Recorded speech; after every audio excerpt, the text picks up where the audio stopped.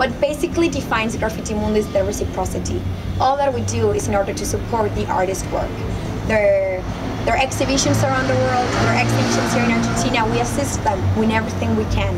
And that is why we do the tours. With the tours, we gain money in order to still promote the work. We're going to launch a documentary by the end of the year that's called White Walls Say Nothing, and it's entirely based on the works of the Argentine artist. We're going to launch a book as well, and that is why Graffitimundo, to us, the most important thing is the artist's work and to defend that and to promote that. We're not trying to convince you whether it's right or wrong. If you want to do it, you should. But the idea is for you to see the history of how everything started and what this amazing artist got to do. People disappeared. Those are the official numbers, which probably means a lot more actually disappeared during that period of time. Most of the people that disappeared, some of them were women that were pregnant, and they gave birth while being held captive and tortured. Those babies were either sold or given away to families that somehow were in a better social position or somehow agreed with the government at a time. Some families bought those babies. Others had no idea where those babies came from. They were just given to them without knowing their truth origin. And what this organization did was these mothers and grandmothers of these people that had been kidnapped started looking for their grandchildren, for their daughters, for their sons. And so what they used to do is they would go to Plaza de Mayo. But what happened was that during that time you couldn't be seen standing talking to people, still just standing, because that meant conspiracy, which was a reason for you to be kidnapped. So what they would do is that they would get together at Plaza de Mayo and they would walk around Plaza de Mayo for hours non-stop in a sign of manifestation against all the people that disappeared and with the hopes of finding their families. They would wear the cloth they would use to wrap their babies in around their heads to identify each other and know that they were protesting for the same thing.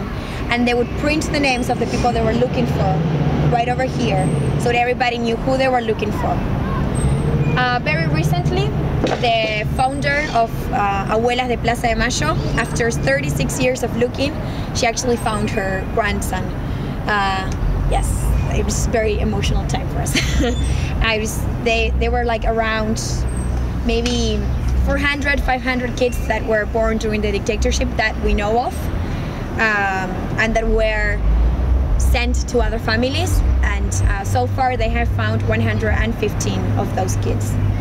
The process of finding your true identity is very low-key. Nobody really knows, and if you don't want people to know that you are a son of disappeared people, nobody finds out. If you want, the entire nation does, but it's a very low-key process, and they're still doing it, and they still get together every Thursday at Plaza de Mayo protesting for all those kids that they're still to find and for everything that happened at that time.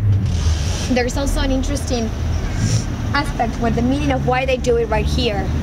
They used to paint their symbol around squares and kindergarten playgrounds. It has two meanings. One of them is that they're protecting the future generations of Argentinian kids, preventing from that terrible thing happening ever again.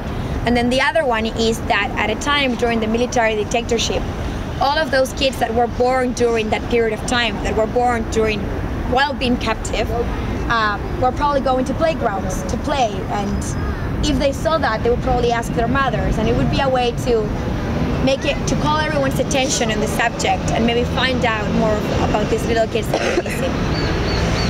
The other interesting aspect is that this was also a free territory during the meeting of styles, and all of the artists has asphalt and all the materials to paint all the way up to the ceiling of the wall. Nobody painted over that.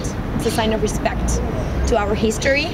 It's a sign of respect to the work that these women do every day trying to find these kids that disappear.